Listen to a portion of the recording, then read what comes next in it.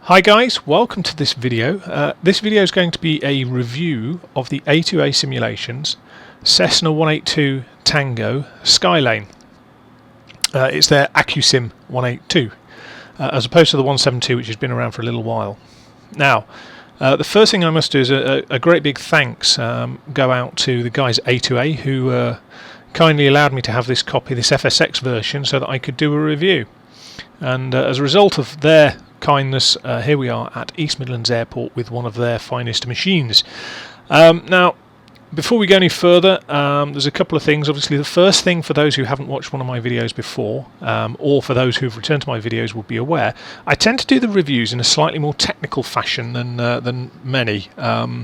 So what I do is I potentially look at a few of the more technical aspects or elements of the airframe or aircraft that make it either more interesting or make it more sort of apparent of the effort that's gone in on the part of the developers, or even looking at the quirks and interesting things if it's an interesting aircraft. But that's the nature of the review, so I'll be doing it in effect 3 phases, all in the one video, but 3 phases, which will be the outside, the inside, and then going and looking at the flying and handling characteristics. And then the other thing I'm going to go through initially is the Accu-sim. What is Accu-sim? Accu-sim is okay. In the manuals and the documentation you get with it, there's lots of it does this, it does that, it does this, it does that. But fundamentally, as I see it, it basically brings an aircraft to life. That's my understanding. That's my idea of what the concept is, for want of a better way of putting it. What do I mean by that? Well, it's got persistent modelling, so what that means is whatever condition you leave the aircraft in is the condition you get it back in. So this is, I've had 7.9 hours in it so far. It's in excellent shape, and pretty much, you know, it's good to go. Lots of aircraft obviously have bits that you can add on, take away, but you know, that's nothing new. What does happen with the Accu-sim side of things, though, is that these then have an impact on fuel consumption, on weight and balance, and all that kind of thing. Things like going into the engine, spark plugs. If you change from the fine wire to the massive is cheaper, more commonly used, but it's more prone to fouling, whereas the fine wire is less prone to fouling. You can do a compression test and see just how good a condition your engine is in, and what ability it has to retain compression in the cylinders. So number 2 is a little bit low, but they're all green, so they're all good. Everything that's got a label around here, if it's got a label and it's green, it's good. If it's got a label and it's red, it's bad, and you need to do something about it. And so basically you can see what the impact of mishandling your aircraft and mishandling your engine is. You're either going to need to do physical repairs or engine repairs, or potentially do a complete overhaul of the whole aircraft. And this is one of the things that brings it to life. You've basically got an element. I read about it in a magazine years ago, and they did the 172, and I kind of poo-pooed it at the time. I went, yeah, right, whatever. Having now experienced it, there is an element of pride in bringing something back, and next time you go and go to use it, it says excellent shape. And you know, maintenance wise it looks good. There is an element of pride in that, and you do take, I found, I didn't expect to, but I found that I took a little bit of pride in it, and that basically starts to bring the whole process to life.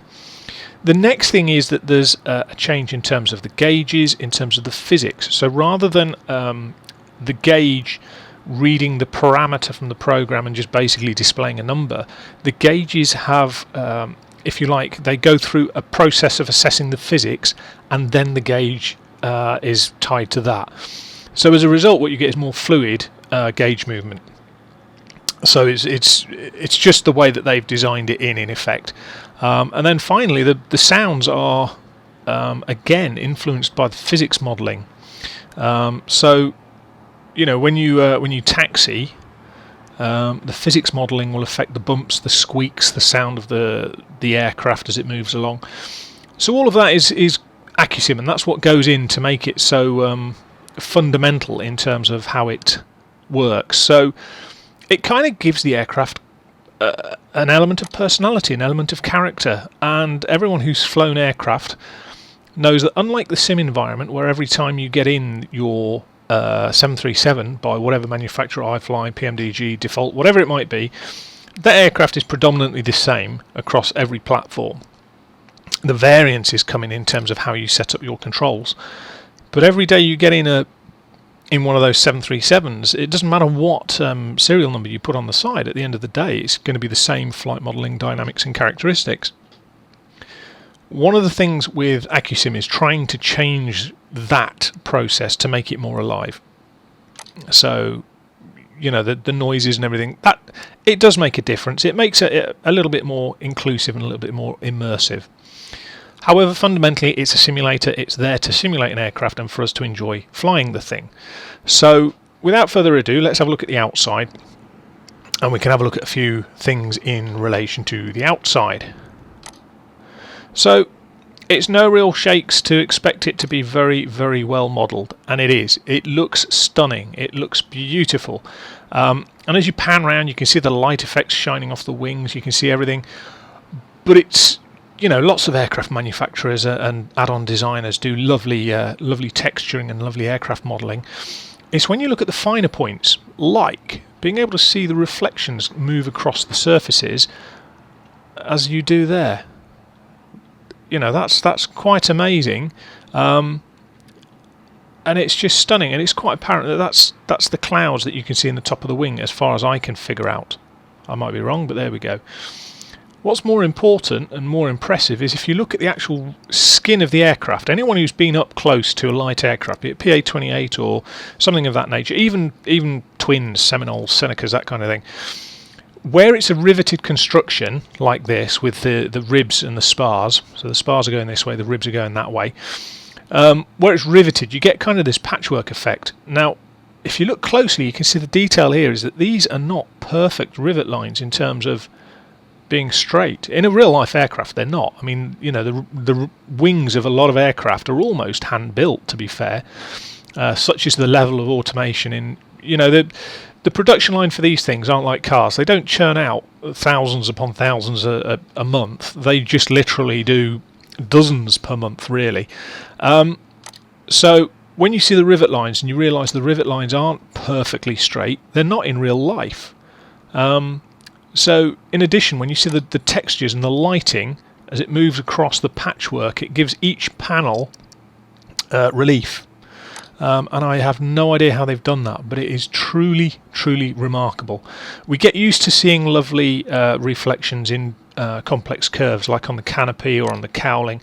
And beautiful as they look, you know, that's really impressive lighting effects. But the level of skill and attention to detail to go into that level with the surface of the wing, you can see it, just absolutely stunning, and that is really quite astounding. And then you realise what level of detail they've gone into. So I'm just going to position the camera and we'll zoom right in. Right, here we go. This is one of the handrails. Let me just zoom out a minute. This is one of the handrails that when you're going up onto to look at the upper surface of the wing, either to check the upper surface of the wing or, more importantly, to fuel it using a fuel point here. You've got two steps, one there, one's about there on the wing, which you can't really see at the moment, and then you've got this handhold that you use. The handhold, there is no reason on this earth why A2A have to make it look worn and untidy, but they have. Such is the attention to detail. You can see the panelling just shy of the actual perspex of the canopy here, of the windshield. You can see there's a raised panel. You know, in reality there's no need to make that three-dimensional, but they felt a need. Static port down here. Again, it's not bitmapped, it's all over control, but it's 3D hinges, texturing on the steps, everything. It's just glorious. Here's one of my favourites, in fact, if I can zoom in without making everybody feel nauseous.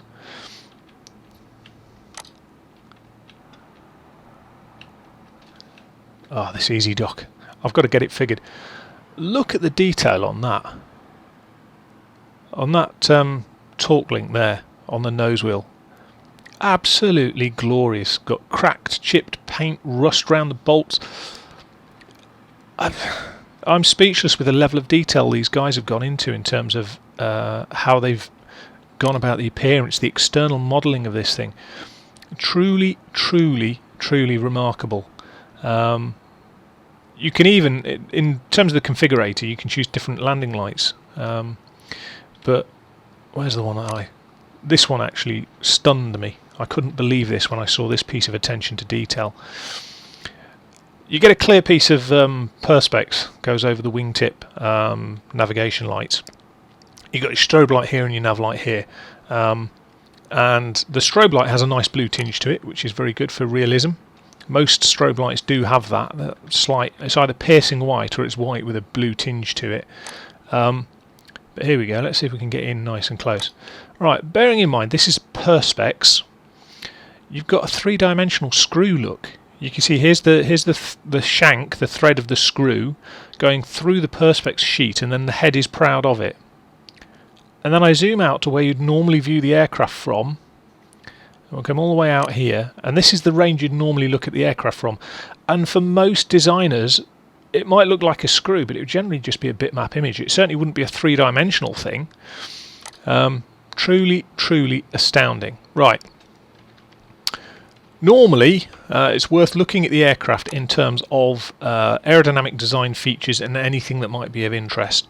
There's not really much on a 182 to distinguish aerodynamics from a 152 or a 172. Obviously, it's high wing as opposed to the low wing of the PA28.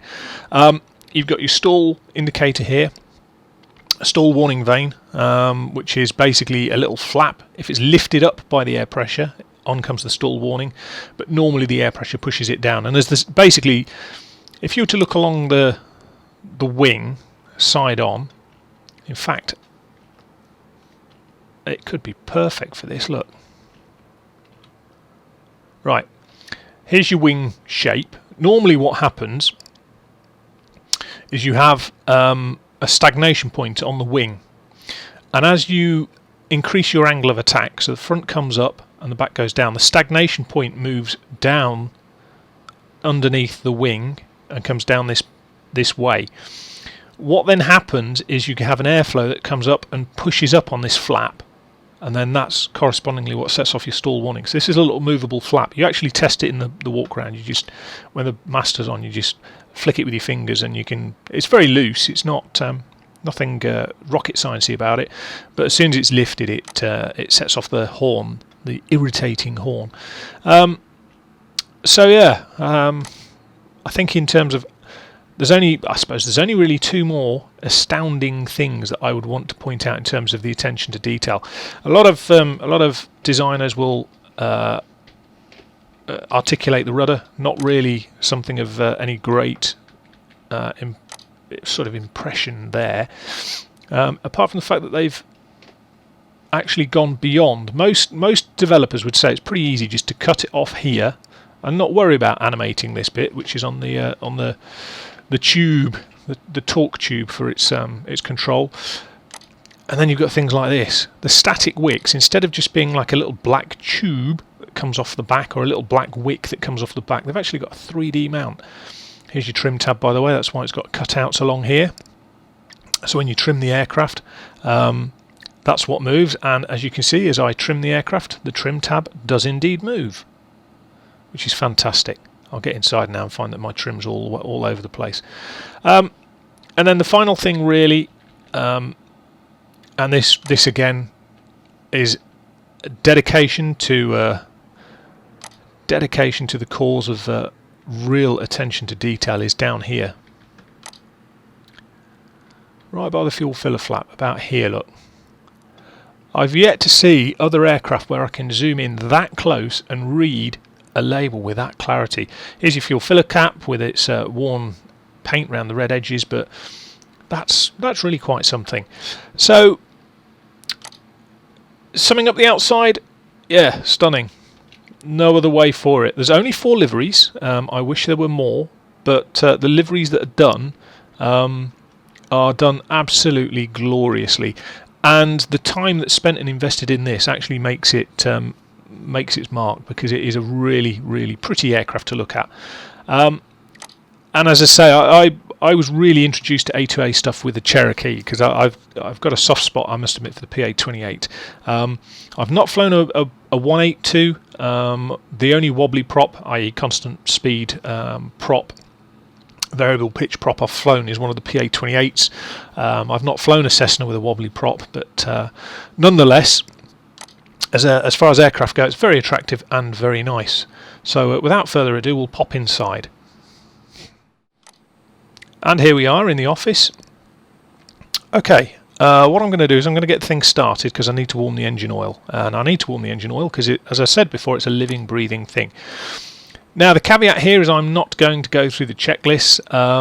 The checklists are good and detailed and thorough. You can get a walk around, but the checklists are quite substantial in terms of the type of aircraft it is. It also comes up with a general notes page, but we'll go through a couple of the pop-ups once it's on and running.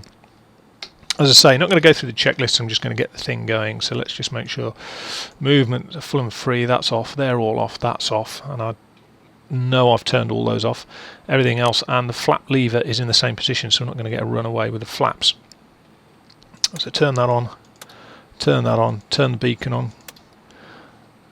Lights are on and flashing. Let's put it to test. Everything comes on. Back to day. Wait and make sure that everything that should stay as it is does stay as it is. Oil pressure, left and right vacuums are fine. That's what we expect to see. So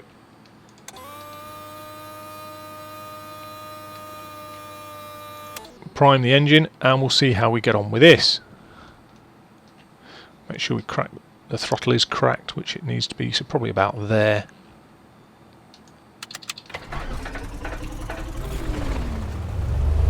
There we go. Gotta love a fuel injected engine. Okay, we've got it idling nicely. What we will however do is we do need to lean it off quite significantly. I think about 45 is what I normally use, stop the plugs fouling.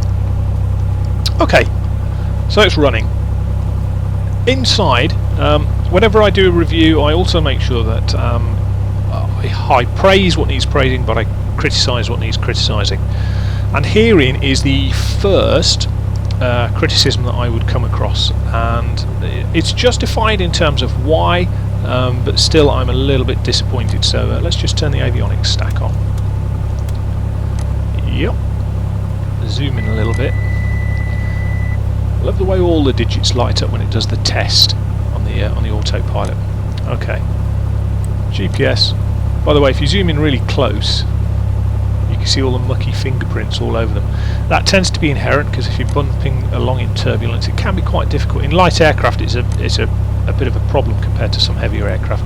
But you tend to end up with a situation where you're bumping along and desperately trying to press the right buttons, and the last thing you want to do is press the wrong one. So what you tend to end up doing is with finger marks all over everything. So whoever's had this hasn't been wiping the screens and looking after it with due diligence and care. Right, so this block here offsets this block, and I'll explain why. This is the GNS 400 GPS system, but it is the default one from FSX. It's not custom, to the best of my knowledge and from what I've read and what I'm aware of, and I stand to be corrected if anybody knows any different, but as far as I'm aware, this is the bog standard default FSX GPS. There's nothing new to it, nothing added to it. Message inside airspace or near inside or near airspace, yep. But it's just the bog standard, one. There's no variation to the normal one, which is a bit of a disappointment. You know, when I'm sat here with an aircraft that is, I mean, the 182 is a long-distance touring aircraft. Although it's general aviation and it's light aircraft, the 152 and 172 really are. 152 is really training. 172 is training stroke baby steps of touring. But really, the people who own 182s are interested in flying to France for the weekend, for example. They go places in them. They use them as touring aircraft.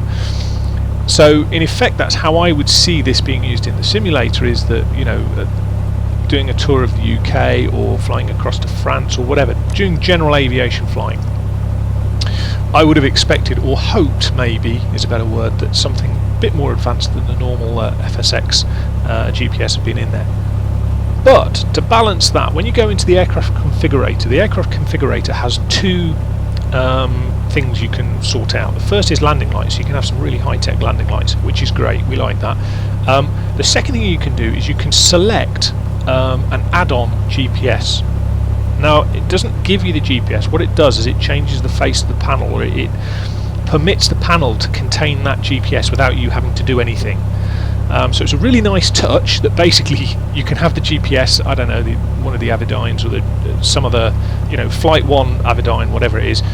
And as soon as you've got that, you can choose, the selector allows you to choose between the GPSs, which is great. So in effect, what they've taken away with one hand, they've given with the other in deliberately incorporating support for third-party GPSs. So I can get with that. As I say, a little bit disappointed, but I can get with that. But then you counter that with the fact that this lot are exactly like their real-life counterparts. There's no ifs, buts, whys or wherefores. They're exactly like real life. So much so that I couldn't find how to turn the autopilot on. I thought, God, this is stupid, because I was going click, click. Am I missing a button? It's got power because it's got my alert altitude of 3,000 feet, my preset altitude. It's got all the buttons I can see. I need to go onto the website and find out. And I went onto the website, and I went onto Bendix King's KAP140 website, downloaded the manual, and you need to press and hold the autopilot button for 0.25 seconds. It's obviously so you don't have an accidental engagement of the autopilot. Say you're, in the process of trying to land the thing, the last thing you want to do is set it so it's got 3,000 feet that it's trying to aim for in terms of altitude. So it's an inherent safety feature in the real thing, and lo and behold, it's there in the sim, which demonstrates the level of accuracy that they've gone to with this. Is that, when that's more than just a momentary push and hold, more than a momentary push, that is a good demonstrator of what it's at. So if you can use this exactly as it's intended, you can use it exactly as it's intended in the real aircraft. And you can see that you've got all the opportunities here for virtually everything on these radios is clickable. So one of the things to be aware of, by the way, guys, is, and it's an inherent thing with the Bendix King set, ADF frequencies, you normally have the digits, and then you have the ability to have 0.0 or 0.5, decimal 0, decimal 5 on the end. The Bendix King KR87 does not have that 0.5. So you've got two hopes. The first thing is, in real life, generally, if you're 0.5 out, because of the nature of the beast, you'll probably get an indication. But being FSX and Flight Sim, chances are it will get nothing. Even if you were 0.001 out, the way the digital and the logic works with this thing is it just won't pick it up. So it took me a little while to figure that out. If you read the proper book, i.e. the downloadable manual from Bendix King, it explains exactly that point, that you cannot select a 0.5 interval for your ADF frequencies. Cannot be done. You can get round it by selecting it as nav1, by selecting the ADF through here, and there's some details on, I think it's on A2A Simulations forums, there's a get round where you can use that. Again, that's not A2A, that's the fact that in general aviation this is one of the most popular ADF receivers that there are, and it's a flaw or limitation for the original thing. And ironically, to add the 0.5 means that A2A Simulations would have made their equipment less accurate, which goes against the grain of everything else they do. Okay, you saw the hangar earlier, 8 hours on the Hobbs meter over here. Shows just how accurate it is, because well, it was 7.9 when we started. The Hobbs meter, for those who are not familiar, is something that's used with general aviation and light aircraft in terms of recording airframe and engine hours. It's generally set that it starts on a certain engine oil pressure and finishes and stops when it goes below that pressure again. So in theory, all the time the engine is running, that will be ticking away, and you will be giving anybody who owns the aircraft money for spending time in it, even if you sat on the runway. Which is a bit of a frustrating thing, because in the days when I was hours building, being sat waiting for the engine to run up to get up to a decent operating temperature, this thing would be ticking away, and I'd be spending money I needed for my commercial licenses on watching something tick away and a needle rise, when in reality all I wanted to do was get off the ground, because hours on the ground didn't count for getting the licenses. So yeah, frustrating, but there we go. Other nice touches, you've got a headset you can plug in, it does change the noise levels. You've got a pull-out map that is actually much better than you'd think it is for situational awareness. Control locks, should you so desire. Owner's handbook, which we've already seen, comes up with this. When you're running, it comes up with current data, and then it can come up with estimated data based on how much fuel you've got left. It's got your power settings advice there, and a few helpful notes. Check CHT max 200 before you do your run up. So CHT's up here. One of the things you have to be aware of is that you have to become more familiar with a more complex aircraft. Now, arguably, this is more complex than some jets, because the avionics in some jets are of this standard, and the TV that you get in front of you, which albeit doesn't show EastEnders, has a more complex picture than this, but it doesn't have 3 levers, and it's this little blue fella here which obviously causes grief. Now, here's, I suppose, the best way to describe 3 levers for a constant prop is as follows: more fuel, less fuel, faster prop, slower prop, faster engine, faster prop, slower prop, faster engine, slower engine at the same time, and then this one's just how much gas you're throwing in terms of manifold pressure. So in effect what you're doing is you're saying, I want this engine speed, I'm going to use this to then vary my airspeed as a result, and then this is going to vary the fuel flow in terms of fuel-air ratio going in. That is like a whistle-stop tour. I'm going to do a video on, particularly on the blue one, about constant speed props, but we'll mention it a couple of times as we go through this, because it's impossible not to. And this has been very nicely modelled as well. As I say, I've not flown wobbly prop in a Cessna. I have a PA-28, but not in a Cessna. Lovely touches though. I've yet to come across a flap lever in a Cessna that's level. So it's either a design feature or it's a design flaw. I'd like to think it's a design feature on Cessna's part. I've got a nice long runway now, so we don't need that. I shouldn't really mess around with it too much. I don't want to burn the motors out. But anyway, what we're going to do now is we've had a look around the inside. Oh, the only other thing that's interesting is when you look at the textures include things like this this sort of felt-backed carpet. If you go into any Cessna, you will see the same sort of carpet. It doesn't appear to have changed for years, but it's very it harks back to the time that I spent a lot of time and hours in Cessnas. But anyway, what we're going to do now is we're going to get airborne. In fact, before we do, one last thing to look at. Not that. Can't get that. Where's it gone? This one here. You've got a number of controls that you can change from the menu rather than having to do stuff here. So you can change doors, pitot covers, tie downs and all that kind of stuff. This is the one for your avionics configuration. It tells you that you've got GNS 400 at the moment, and this one here changes your nav kit. So this is a basic DI. A DI, by the way, is a direction indicator, but it's basically just a gyro. It doesn't detect north. So when you use it in general aviation, you'll see it in the list of options for realism settings for FSX is enable gyro drift or DI drift. This is the compass, not this in general aviation. So this is your magnetic compass. This is your DI. Can be called DI or DG, but direction indicator, and basically it's a gyro. So what happens is you read your compass heading off there, you then will twiddle this knob and you set the heading to match that, and every 15 to 20 minutes you have to check this because it does drift, particularly in manoeuvres such as turns and whatnot. And then you've got heading bug, so it's incredibly basic, and then you've got nav 1, nav 2 and ADF down here.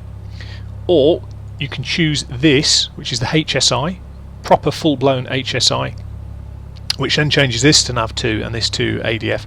And down here you get the compass controls in terms of slaving the compass. Why is this different? Well, somewhere in the airframe now you have a flux detector. It's believe it or not, it's not a phrase from the movies. In terms of, I think it's Back to the Future with the flux capacitor. There is such a thing as a flux detector. It detects the Earth's magnetic flux and determines from it, in a very clever system of levers, pulleys and maths, what is north. And at the moment it says it's somewhere off to the left, and the compass is obliged to agree with it. But that means you don't have to mess around continually adjusting it. Secondly, it's got multiple presentations on it, so you've got your course and heading, which you can set up in terms of your aircraft. So there's your heading bug, and then you've obviously got your course, and as a result you can have your VOR or your ILS overlaid on top of it. Much better for situational awareness than that. Having said that, you can do instrument ratings on that, no problems at all. I say instrument rating, it was the IMC rating I did on it many years ago. which is basically a basic IF rating. Did it in a 152 with one of those, and one of those, and that was it. Deep joy. Remember those days? I haven't sweated so much in an aircraft ever since. But there we go. So that's the inside of the cockpit. If you can see it, there's a good chance it's clickable, and it's a good chance it does what it says on the tin. You can see that's lit the cockpit up nicely. Everything that should open does open. Windows, for example, are actually important. I didn't get a chance to show it with this, but they're important because if you leave that window closed and the engine's off and you haven't got any air coming into the cockpit, it mists up and you can't see what's going on. And it does it in the Cherokee as well. That's how I knew about it. In the Cherokee it did it, and I just stared at it and went, why is everything so cloudy? What, you know, this perspex isn't modelled very well. And then it dawned on me that actually it was misting up, because as soon as I had the engine controls on, engine on and the air controls on, it was fine again. So without further ado, let's jump into the air. Okay, so a quick check and we're off the ground. So fuel pumps on, beacon, landing light, nav, strobe and pitot heat are all on. Avionics are fine, they're both in. Flaps up, because we'll do a flapless takeoff. There's no need with this runway to do anything else. And let's get away. A bit of right rudder as we feed in the power because of the effect from the slipstream. In actual fact, one of these is harder to fly than a simple jet trainer like the Hawk, for example. It will spring off the ground about 60 knots, so there we go. The reason being is that something like a Hawk doesn't have a propeller. The propeller is just basically a massive gyroscope on the front of these things. And that's what caused a lot of the handling problems for aircraft in World War II. If you look at the Corsair, for example, the propeller on the front of that thing is so massive. That's why it's got the cranked wing, because otherwise, to keep the propeller clear of the ground, the undercarriage legs would have been so long they wouldn't have coped with a carrier landing. So that's fundamentally the reason why it's got that cranked wing effect, the Vought F4 Corsair. But yeah, these things are actually slightly harder to fly than something like a jet, in terms of actual flying, not in terms of operating. Obviously, operating a military jet trainer is a damn sight harder than this, but in terms of flight characteristics, there's a famous book called Stick and Rudder, which is all about literally stick and rudder techniques, but it's predominantly to do with the technique of flying an aircraft by knowledge of the behaviour and performance of that aircraft. So, for example, this is got a slight yaw to the right, nothing to be too concerned about, but this is largely trimmed out. This is, it's not doing anything untoward. Climbing at 80 knots. What we will do is, now we're clear of the ground significantly, we'll come a bit off the power, we'll come down to about 25 inches. You can see the green arc ideally is 23 inches and below, but what will happen is if we get down to 23 inches, the climb rate becomes so negligible that it's barely worth it. So, looking at a climbing speed of 80 to 90 knots, by the time we get up there, it's not rubbish by any stretch of the imagination, but at 500 feet a minute it'd take a long time to get anywhere. Now, I'm hands off at the minute. That's how stable this thing is. There's no need to consistently keep flying it. It's a very pleasant thing to fly, but there we go. So yeah, the thing with these, the reason why they're more complex than a simple single jet turbine engined aircraft, I'm not talking about turboprops, I'm talking about pure jets. So the reason why they're simpler is really down to the fact that they haven't got propellers. So the propellers, nice picture of Radcliffe Power Station. The propellers basically are massive gyroscopes. So as a result of that, they have a number of factors when you move them. They also cause a slipstream effect. So there's a lot of problems with torque in terms of affecting roll. And the bigger and more powerful the propeller, the bigger the weight, the physical size, the diameter, the bigger the issue you potentially have with the gyroscopic results of it. And likewise, because of the airflow as a result of it, if you imagine what we've got airflow that corkscrews back around the aircraft. So let me just do that. Our propeller is when we put power on, we need to add right boot, which means the airflow is hitting this side. which basically is because the airflow is corkscrewing round the rear fuselage until it hits this point on this side of the fin. So the more power you're using, the more this corkscrew hits, the more it hits the side of this fin, pushes the tail that way, which is why you need right rudder to bring the tail back into line with the rest of the aircraft. So that's the kind of thing, it's just not present in a jet, because a jet, it goes, you know, obviously the air goes straight through the middle, it doesn't impact on the side of the body at all. The next thing is you've obviously got this big turning thing in front, and if it's turning that way, the aircraft wants to roll that way. So that's the torque effect, if you like. Again, you don't get that in jet aircraft, simple jet aircraft I say. So that's another thing to be aware of. And again, you've got precession, so not so much of a problem in an aircraft like this, but precession is where if you put an input, a force into a gyroscope, the actual event, the occurrence of what comes out is 90 degrees to that. So if we nose forwards, you can see that what's happened is the right wings drop there, but we're looking predominantly for yaw here, and it caused a lot of problems when these things used to take off in World War II because of the size of the gyroscope. So let's just see if there's any yaw. Yeah, there's a slight yaw to the left, and as it comes up there's a slight yaw to the right. So let's have a look at that. Or is it the other way around? Yeah, going down it yaws to the right, going up it yaws to the left. So it is there, but this is a nice stable flying aircraft. These things are 4-seat tourers at the end of the day. So they're not designed for aerobatics, they're designed for long distance touring with up to 4 people in the back with their luggage, and for stability as well. But obviously as part of that you've got these 3 sets of controls to balance, because each one affects the other. So the throttle affects the corkscrew and the gyroscopic effects of the propeller, which then affects the airframe, which affects the rudder. Changes in the rudder affect the wings as well, so if I do rudder movement to one side or the other, you see we've got the secondary effects of roll. Which brings me on to talking about the controls. Now, as I've just said, the actual controls themselves are a bit of turbulence there.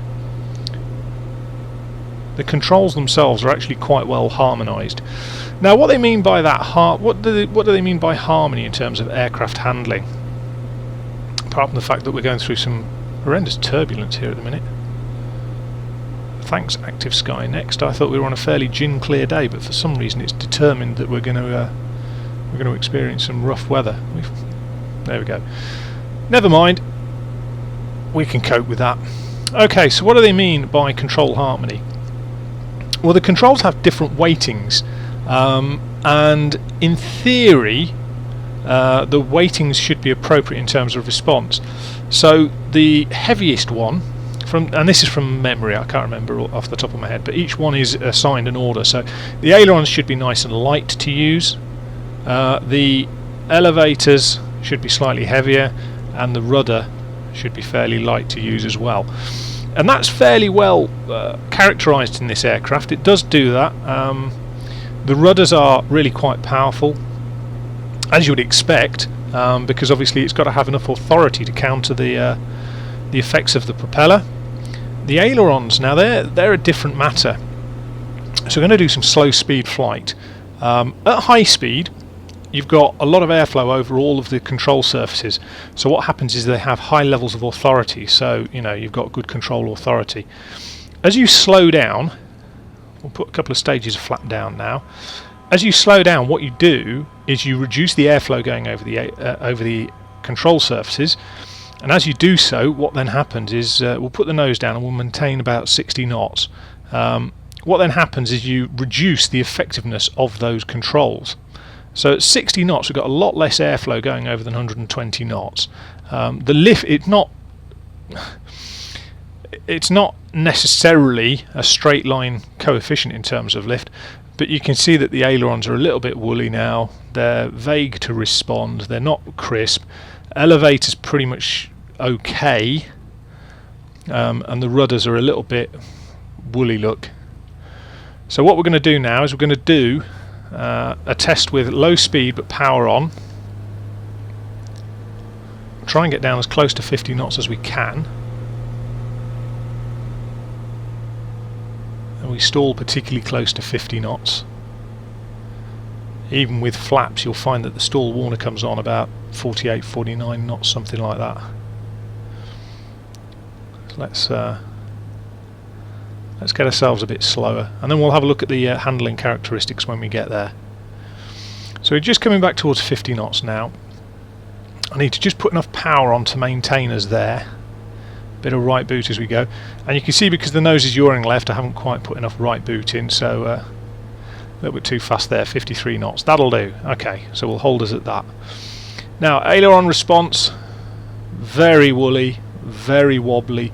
That's one of the reasons why you do a bit of a shuffle on finals, is because compared to high speed, get rid of the stall warner, normally comes in about 5 to 10% above the stall, so we've still got a little bit of margin, maybe 5 knots before we fall out of the sky or have a full-blown stall, but rather do the exercise than that. So elevators, still not too bad because we've got high power with this setting. Because we're maintaining 50 knots low speed flight, we've still got quite high power, and the rudders have still got quite a good effect. That's because instead of the first time round, what we've got is the slipstream of the propeller affects the two control surfaces behind it, so that's the rudder and the elevators. So still quite good authority. What we're going to do now is we'll put the nose down so we don't stall, get rid of the flaps, and we'll have a go at spinning, get ourselves to a low level, and then we'll have a look at the high speed control. So closing the throttle. In fact, we'll do a couple of stalls first. We'll do a clean stall. Stall warning's coming in at about 53, 54 knots. Trying to keep the wings level, and it's a bit of a mushy stall. Remove the cores, push forwards again, apply a bit of power. Don't need too much with this aircraft, and we're away again. So that's really quite nice. Crisp recovery, nothing too scary. Bit mushy, and then does go towards a wing drop. Quite a lot of the time, prop aircraft do have a wing drop, mainly because of the disturbed airflow from the prop. But what we'll do now is we'll just put a couple of flat stages of flap down, and we'll do a power on stall. Small amount of power, but not enough to maintain height really. What that then does is it does have an increase in effect of the airflow over the control surfaces, and it sometimes yields a slightly more impressive wing drop. Mushy, mushy, mushy, mushy. There it goes. Right. Remove the cores, enough rudder to stop the yaw and the bank, bit of power, don't pull back otherwise you risk a secondary stall. Going to go straight into a spin. 4,500 feet, got plenty of time to recover from this. It spins quite nicely. It starts flat and then goes into a very sharp nose down attitude and then oscillates in pitch. See if we can encourage it to go right. Steep nose down, oscillate in pitch, very fast. Usual recovery, relax the back pressure on the stick, full opposite rudder, and just ease out of the dive. The standard recovery techniques are pretty much check the direction of the spin, close the throttle, full opposite rudder, and stick forward to brake. Because basically with the spin, you've got one wing on the inside that is pretty much stalled, and the wing on the outside is causing the corkscrew because of the directions in terms of lift, which is why you tend to spiral inwards. And you're generally spiraling around an axis. With this, with the high nose attitude and the changes, I suspect it's probably quite far forwards because of the engine weight, but we'll have another go. This time we'll do it to the right. The weight in an engine shouldn't be, you know, if you compare it to, say, a Hawk or a jet, a lot of jets spin fairly flat. Their spin attitude, I mean, the most notable one is the F-14, and the F-14 obviously had its famous 2, we'll go for 3. Careful not to go into a secondary spin going the other way. Yeah, the F-14 was famous for its flat spin, and the reason for that is that the axis for the spin is quite far back on the airframe, whereas the axis for the spin on most prop-engined aircraft is fairly far forwards, so they tend to spin nose down at a very high rate of knots, literally, and you can lose a lot of height because we're down at 2,500 feet, and all we've done is a couple of 5 turns maybe. So what we'll do is we'll go back towards the airfield. In the process, we'll put a bit of gas on. Let's rock. Because of all the aeros, I've left the prop at 2400 RPM, by the way. If you're doing your cruising, you would tend to tend to reduce the prop RPM, but at the moment, because of what we're doing, haven't bothered with that. So we had a look at the slow speed coordination, we had a look at the slow speed handling. I'm not really going to discuss stability because it's ridiculous discussing it, because this is a very stable aircraft, both in terms of real life and in the sim. So you know, in terms of static stability and dynamic stability, it's a very stable aircraft. Right, 130 plus knots, and let's have a look at the control effectiveness. Now all should be crisp because of the speed we're going at, the amount of airflow going over the control surfaces. So elevators enough to throw people and objects around the cockpit, rudder very effective, and then aileron again quite effective. Now it's no sports car, it's not a Ferrari of the sky, but it is quite a responsive aircraft if you want to start chucking it around. It's fun, you wouldn't want to do it, it's not aerobatic, you see, but you've got enough that you might want to do some lazy eights. It's not theoretically supposed to go past 60 degrees, but I don't think 80 degrees is going to necessarily classify as aerobatics. And then you can come all the way around. Certainly I wouldn't want to do a barrel roll in one. Put a bit of the power back on, make sure we're nice and balanced. Let the nose drop back through. All the way around, bring the power off so we're not driving towards the ground. Nice football pitch in front of us there, bit of a lakey reservoir. So there we go. FSX FTX England, by the way, the scenery. So yeah, it's just really nice, gentle handling with this thing. Really good. I mean, I think it's worth remembering that it's a tourer. It's not a trainer. It's not aerobatic. It does what it says on the tin. So if you're the kind of person who wants to fly around VFR, enjoy the scenery, look at things, this is spot on. Likewise, what I'd also add is if you actually want the stick and rudder bit, you want to feel what it's like to fly an aircraft in real life, then this is it. It's got the characteristics that demonstrate proper stick and rudder skills in terms of how to fly an aircraft. So I just got a glimpse there of one of the few things that occasionally cause upset. You see the light is coming through the side of the airframe there. Apparently that's something to do with FSX. I had a look on the A2A forums, and they are very much aware of it, but unfortunately it's part of the programming of FSX that unfortunately it means that the sim, as a result, there's a thing called a Z value. I don't really understand the design side of things with this, but the Z value means that basically the light is visible at certain ranges in certain positions through whatever's there. And unfortunately that's one of those cases. But having had a look at the forums and having had a look around, it's quite apparent that that's an FSX flaw, but in terms of trying to fix that flaw, it potentially would have made other aspects of the visual appeal of the aircraft worse. So we'll just do some gentle S-turns, get ourselves down to altitude for a straight in join. Because it's quite heavy, the approach speed's 70 knots there or thereabouts. Here we go, one red light. It doesn't lose speed that quickly a lot of the time, so if you're too steep on the approach you'll find it very hard to slow down. The engine in the front is a big old lump. I mean, as a percentage of the aircraft's weight, it's very high. You know, if you were to compare the size of the engine weight-wise with the airframe here compared to your average turbine engine on even a 737 or something smaller than that, it's far bigger as a percentage of the overall weight of the aircraft. So yeah, you can see we're building speed and we're going high as well there. So let's close the throttle right off. We've got full flat. We're at 70 knots, which is our approach speed, but what we want to do is get down. 3-degree glide slope at 70 knots is about 350 feet a minute. We're about 600, so we know we're going to come back onto glide slope. Now, one of the things with this is to be careful about trimming back too much. When you come down a glide slope at slow speed in a single engine prop, they tend to need a lot of back trim. It's just because of the pitch power couple more than anything, and the aerodynamic centre of pressure, but you tend to find they need a lot of back trim. Well, the problem is if you then have to do a go around, the force required on even a 152 to counter that is marked. So to do it on a thing like this, I mean, apparently it's 25 pounds of pull on the elevator for this thing, as opposed to 6 pounds of pull on a 172.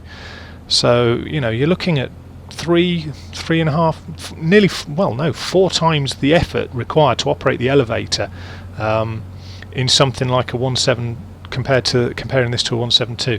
That's an awful lot of force. So the idea of coming into land fully back trimmed because of the airspeed, let's just get ourselves nicely down, is horrendous. So for me, I would exercise caution. The only problem is if you relax the controls and you haven't got enough back trim, you run the risk of planting the nose as you come into land. Now this is my baby. I've been looking after this, I've been taking care of it, so the last thing I want to do is plant it into the ground. In a perfect landing, I'd get a stall warning just before we hit the ground. It would just chirp. Oh, never mind. Good but no cigar. So, right, what I'm going to do is I'm going to sum up the aircraft. And I'm going to sum it up very, very succinctly. Flaws. 2. Light comes through the wing, arguably a flaw with FSX, which in order for A2A to correct would potentially cause bigger problems, and that's according to their developers on the forums. And a lot of people, to be fair, it would appear, just put up with that, and are quite happy with that because it's a very minor flaw.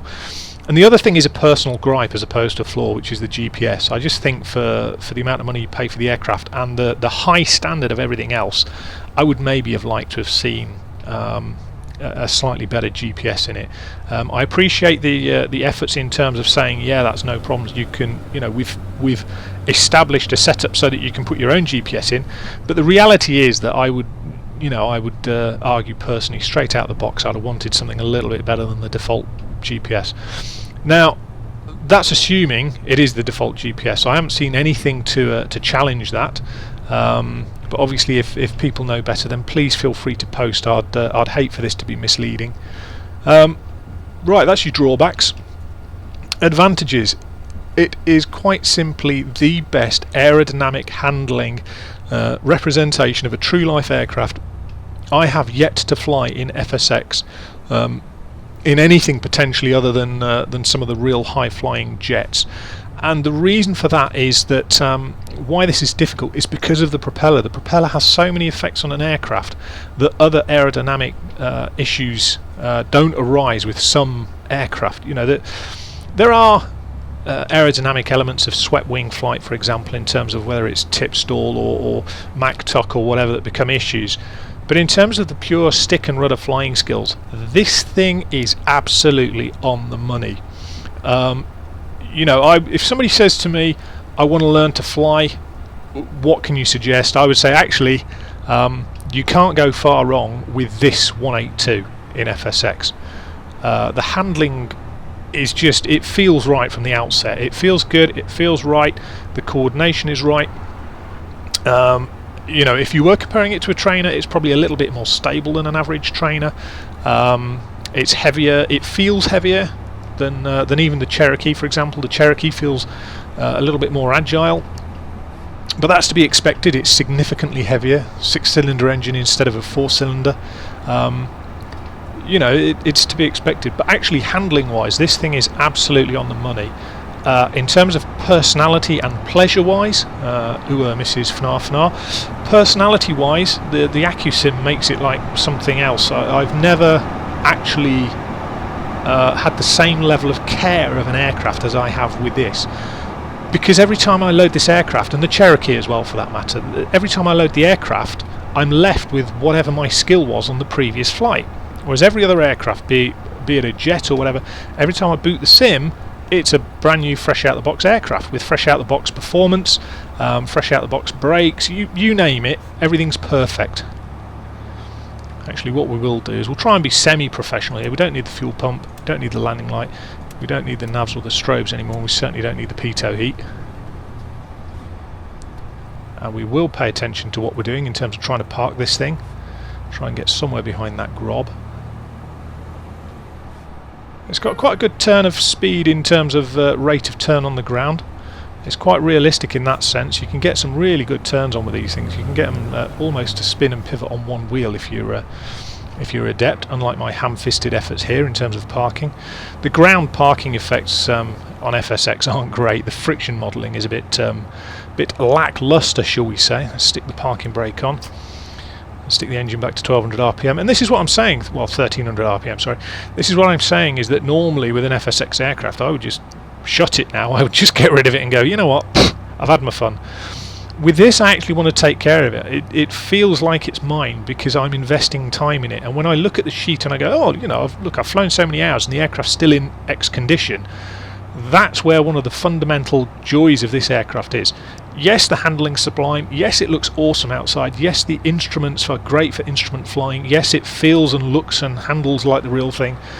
But when you can also invest that time in making sure that it feels like your aircraft and your pride and joy, and you bring it back and you know that you haven't bent anything, that makes a difference. So, would I recommend it? Yes and no. And you'll go, well, you know, you've been raving about it, Rich. Why would you say no? If your only desire with FSX is to jump in an airliner and fly to Hong Kong, then potentially this isn't the aircraft for you. Because it's not about systems managing, it's about the pure art of flying. And this is one of the things that's very, for me, it's very important. In terms of flying, there are two main categories of flying, and in some aircraft they overlap, in others less so. One is stick and rudder, the other is operating systems. This aircraft is not about operating systems, it's about stick and rudder, basic instrument navigation, maybe with a little bit of GPS thrown in, VFR or non-icing touring, perfect for it. And if you enjoy the pure art of flying, in my opinion, in FSX there is no finer aircraft at this moment. No doubt there will be, at some stage, somebody will come along with the next level. We always see that every year, every other year. But these things take an awfully long time to develop. Would I recommend it to anyone who likes this kind of aircraft or this kind of flying? Definitely. To anyone who wants to find out a little bit more about the handling of an aircraft and how one flies, then potentially, yeah. In terms of the quality of the product, amazing. Absolutely amazing, guys. I've yet to hear anyone complain about an A2A product, and I must admit when I got the Cherokee I was dubious because, you know, they're not cheap considering it's a general aviation aircraft. They're not cheap for a reason. They're not cheap because they're very, very good, and the price reflects the quality. So on that note, guys, I'm going to leave you with those thoughts. I've had an absolute whale of a time.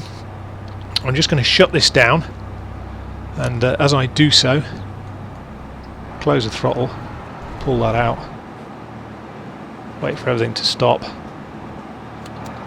mags off. Should have turned the avionics off first, but there we go.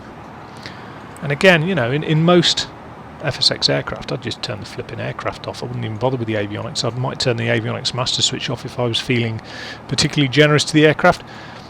But in this one, I literally go through my shutdown routine because I want to keep my aircraft in fine fettle.